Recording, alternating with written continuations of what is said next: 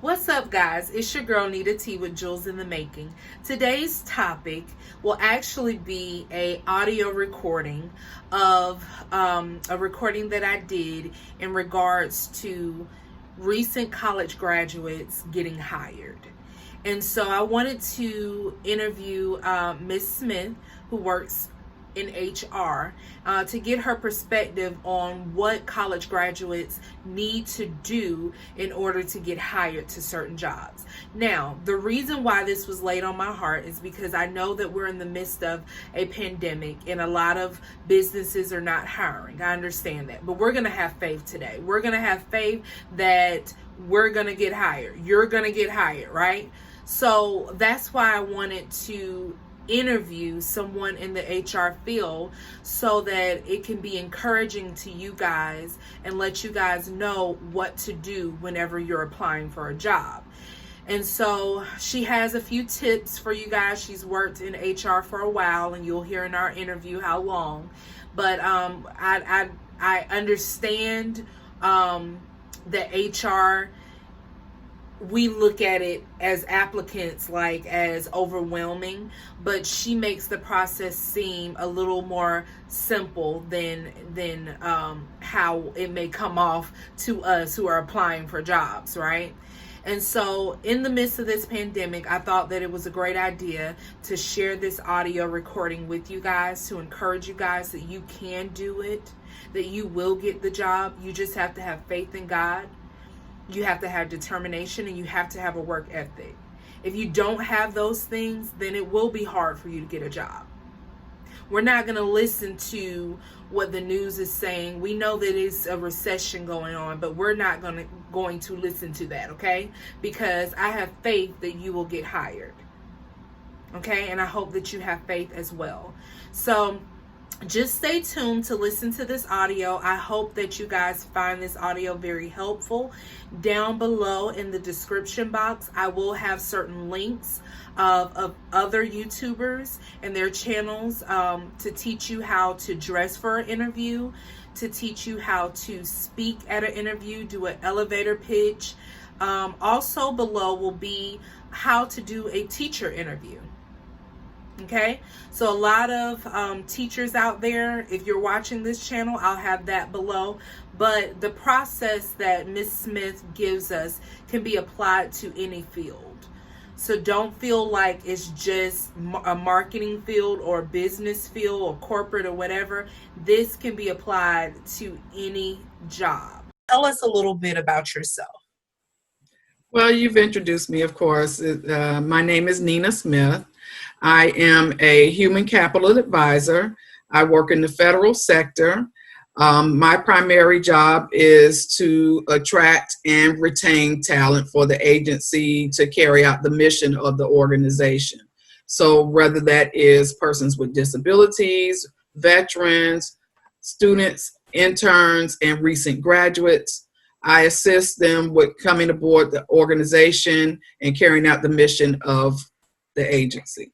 Mm-hmm. Okay.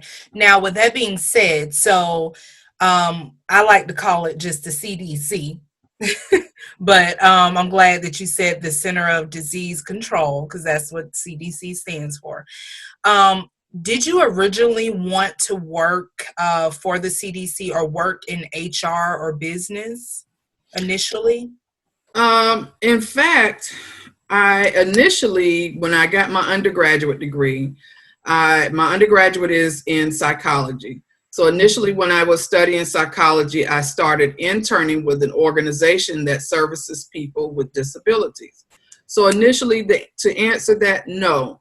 I thought that I would be staying in the area of human services. I worked at this organization as an intern and then later became a permanent employee of the organization. And then what happened from there was I just advanced myself in various capacities in human services, for which at the time I ended up serving or progressing to a position as an area director for a nonprofit organization here in Georgia, and worked at that agency for many years and decided that I wanted to sort of branch out on my own in human resources. And so what I did from there was I decided I wanted to find out a little bit more about how I could effectively run my business. And Mm-hmm. so what I decided to do was to get a MBA, Master's of Business Administration. And while I was studying to get my MBA, one of the courses that I took was employment law and personnel law. And so while I was studying employment law, I found it very interesting and quite enjoyed it. And so from there, I started to look more into human resources. And once my business, was not doing as well, I decided that I was going to enter back into the workforce. I decided that human resources was going to be the field that I start looking to work for someone again. And so with that, 12 years ago, I came to the CDC initially as a contractor. And then from there, within about 6 months, I was hired as a permanent employee as a human resources specialist. So over the course of this 12 years, I've served in a variety of HR capacities up to where I am today as a human resource or human capital advisor with the CDC. Awesome. Awesome. Okay. So that wasn't your first job that you actually wanted, but it sounds to me as though when you switch gears and you went to a certain class, it started to change your idea of what you really love. And I think that happens a lot in life, like where you start out may not be where you end because you don't know what may excite you along the way. So That's correct. um that's very interesting in my testimony as well. I did not start off in education. I started off in broadcast journalism. And I found through working at a nonprofit as well that, hey, I love education and I would like to get into that. So thank you for sharing that because that does happen. Yeah. All right. So my next question. Now, I know you had the highest GPA, right? I know that you did very well in school, right? Now, Absolutely. with that with that being said, how important is it really for your GPA to be pretty high? How do employers look at your GPA? So what I tell to applicants is that on a normal basis, GPA is not important, but as a recent college graduate, your GPA just could simply mean the difference between gauging 1,000 applications because Mhm. it's quite competitive when you're looking for someone with a bachelor's degree. So what happens is you have thousands of applicants with that same bachelor's degree. How do you sort of screen out so that you're not reviewing thousands of applications? And so a method that most agencies do or most hiring managers do is that they may apply a GPA, so they use that so that they're not overloaded with the applications. And so I always encourage students to maintain at least a 3.0 GPA because that's typically the starting GPA where they use to sort of screen out potential applicants. And so we want to make sure that as a recent college graduate and as someone that is also in school and interning, that you maintain that at least a 3.0 GPA so that you can, potentially be competitive for the job. Thank you for that. And I'm sorry for my phone. So my next question is, so you have a decent GPA, so 3.0 is standard and a good look. Now you have the GPA, right? Now you're going to, let's say that you haven't graduated yet, but you want to still apply for the job in which you're getting your degree in. Mhm. Could you tell us what would be, how should you word that information on a resume? if you have not received your degree yet? How should that be worded? You certainly want to list your education on your resume. How you can do this is to list your start date and the tentative date or the expected date that you intend on conferring your degree. So, for instance, if you have started 4 years ago, June 2016, and you're pending graduation, you want to make sure that you specify on your resume that you're pending your confer of degree. Okay. All right. So the next question is, what are some of the biggest mistakes that you see on a resume and how can they be corrected? Aside from the typical grammatical errors, text language, and photographs on a resume, and I always encourage people not to put a photograph, not to use text language that you would use when you're on your phone texting someone. But some of those things could be used against your favor. There may be some biases that are associated with some of those things, and so I do encourage that you do not use text language, nor should you put a photograph on your resume. I don't encourage that because unfortunately there could be a bias just from them viewing your resume. And so you want to make sure you kind of stay away from that. But aside from the obvious, then you have those things that are not so obvious, which are a lot of times what I find is that candidates that are applying to a position don't thoroughly read the application. And when they don't thoroughly read the application, what happens is that they may forget documents that are required to be attached to their application, such as transcripts. In many cases, if you are applying to a position as a recent college graduate, they will require that you provide your transcripts.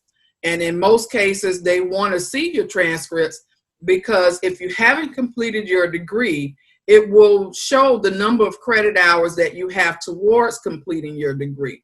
For instance, in most cases, the average bachelor's degree is at least 120 credit hours.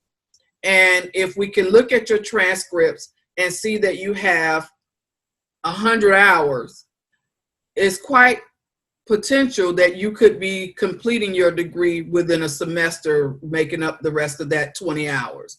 If you're pursuing a master's degree, we're going to look for somewhere near 36 credit hours towards completion of your master's degree.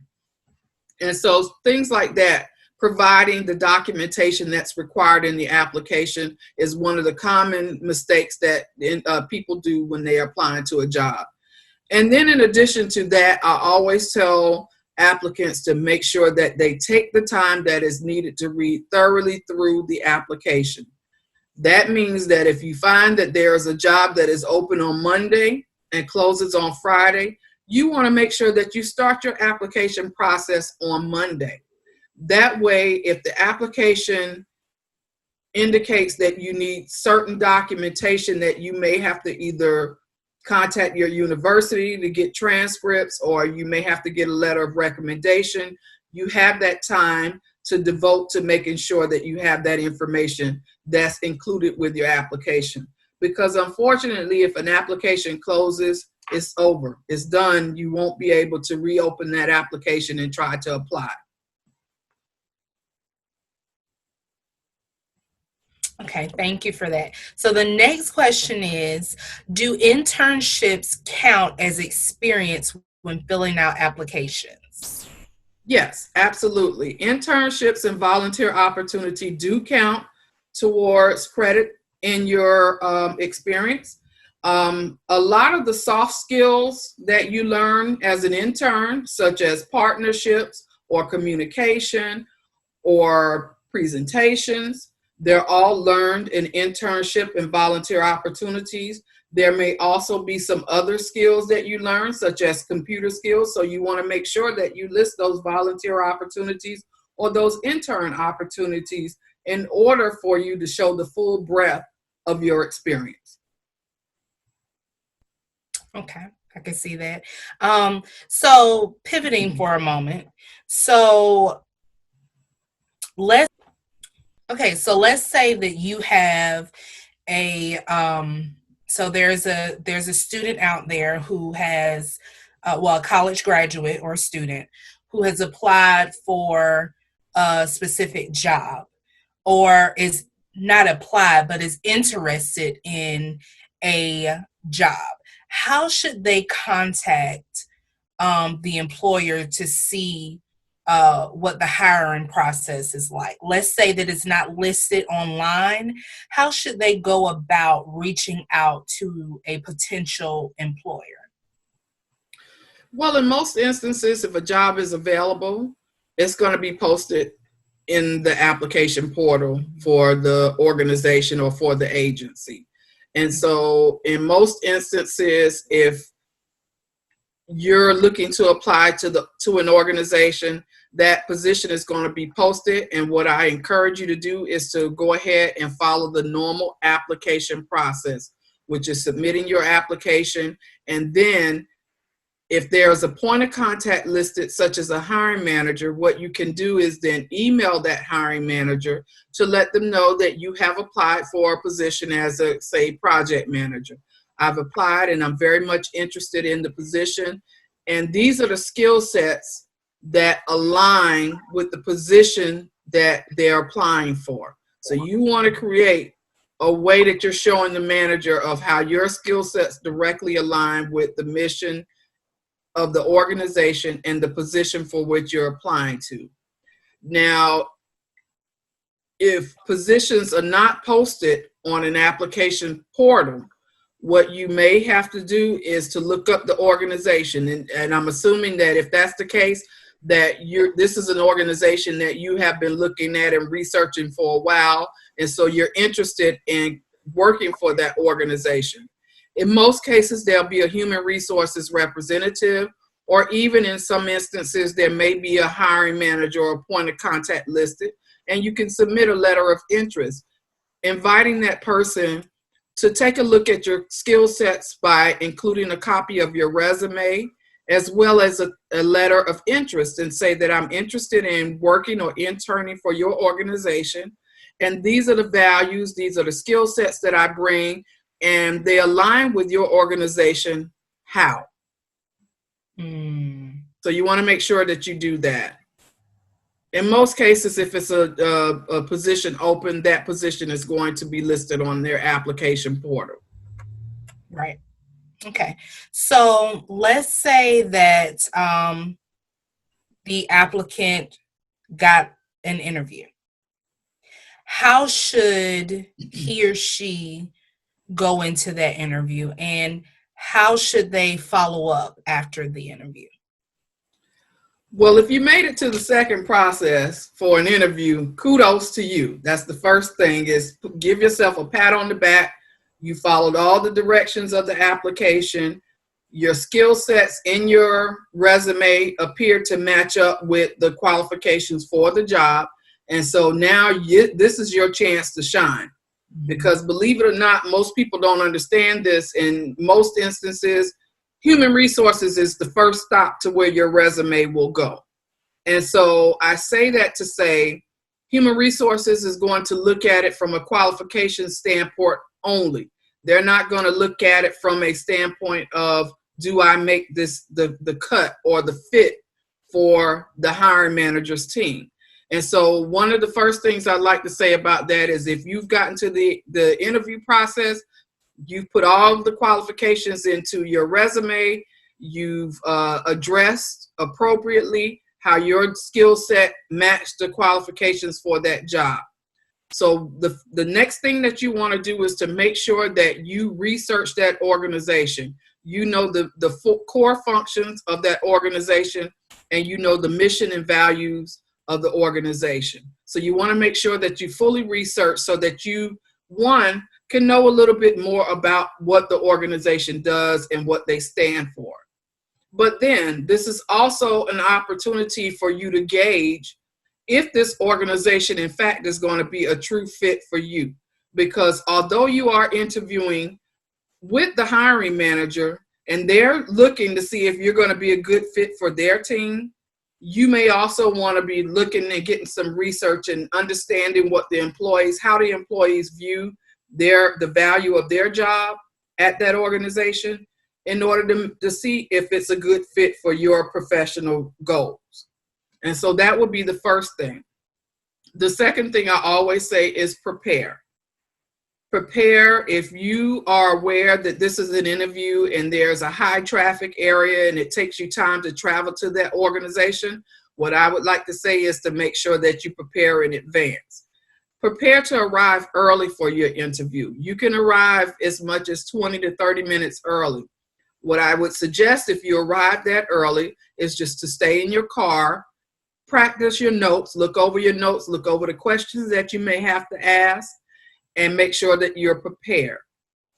And then you want to make sure that you dress appropriately for the position.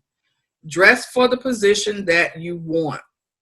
And so while all accounts, most organizations now have a pretty flexible standpoint when it comes to dress code, think about the fact that you as a recent college graduate would potentially be a Gen Z or millennial. You could be potentially interviewing with a baby boomer. And so their professional standards may be very different from what your professional standards are. So that goes along with your research. You want to research what the organization looks like, what the makeup of their organization looks like. How many millennials do they have working for their organization? Are they diverse enough for you to work at this organization? Do they have enough diversity? And you also want to see what type of culture they have within that organization. So by doing that, you can sort of gauge how you should appear to the interviewer. In most cases, you may be interviewing with one person or many persons. And so you want to make sure that you clearly take a look at that and dress for the part that you want. In addition to that, I always tell, folks to make sure that you create or develop a portfolio. A portfolio is helpful to provide as a tool after you complete your interview. This could be something that you could leave behind for the manager to take a look at.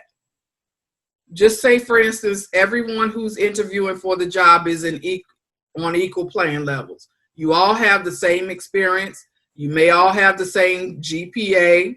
You may all have graduated from great schools.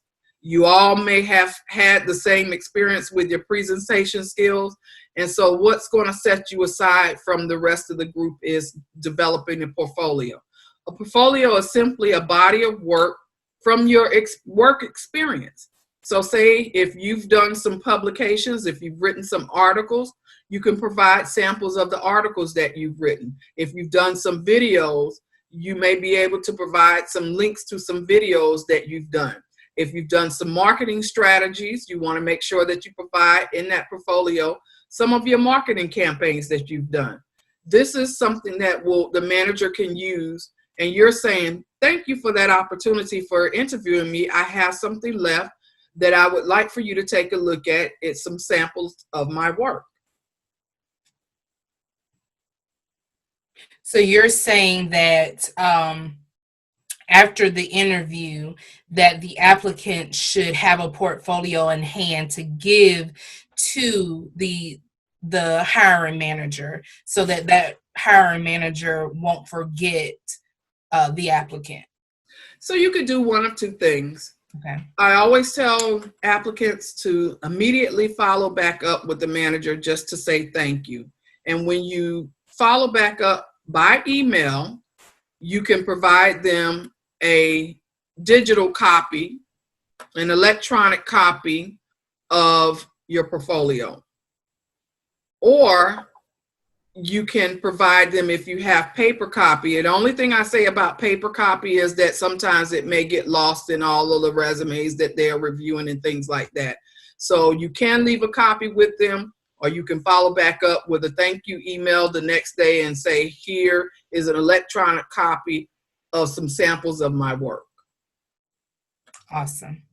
All right, so this is kind of concluding our interview, but I do want to ask you one last question. What are some advice that you can give to those recent college graduates? Okay. Well, finishing college is a great thing. It's awesome. It's an awesome thing for you to do. And I want to say to that, congratulations. But I also would like to say that the first thing you need to recognize is that you may not always immediately come out working at the job that your dream job. You may not always immediately come out making the type of money, for instance, making a six-figure salary. That may not be initially possible. You may have to take an entry-level job. And so what I say to that is that you should look at that entry-level job as just an opportunity to propel you to your next level. And so you want to take that in stride. You want to take that as this is an opportunity for me to advance within my career. And so while I'm taking an entry-level job at this point, I do have a 3-year goal. I do have a 5-year goal. And in some instances, you may have to have a 1-year goal. And so I always tell applicants to make sure that they have a few professional goals for themselves and that they're not immediately going to just come out of college and earn thousands, millions of dollars. That's just not going to happen. But what I can say is that if you have a plan, you can potentially work your way up to that. And then I always tell applicants to have patience. One thing about it is that there are many individuals that are in the same situation that you are as a recent college graduate. And so I always say to make sure that you practice plenty of patience. Don't get down on yourself if you don't immediately make the interview for the company that you wanted to work at. You know, practice makes perfect. Stay persistent. Keep in touch. Develop your portfolio. So that way you have something that sets you apart from the next candidate. Okay, well, thank you so much, Ms. Smith, for just taking out your time to speak to recent college graduates. I felt on my heart that this was something that needed to be done. I know right now we're living in the midst of pandemic or a lot of chaos and a lot of things that are going on in the world right now. And I just felt led to reach out to those college graduates who may not even have had a graduation and is trying to find a job in the midst of this pandemic and may feel a little overwhelmed right now, just to give them some sort of direction on where to go. And I really feel like this interview will help them. And so I just want to encourage you guys out there who are recent graduates that you can do anything that you put your mind to, that you have to have faith in God and you have to have persistence and you have to have the work ethic. And if you have those things, then you will succeed. It's going to happen. You can't put out all of that positivity and nothing comes back to you. So I just want to encourage you to keep on striding. And I do believe that something great and good will come out of it.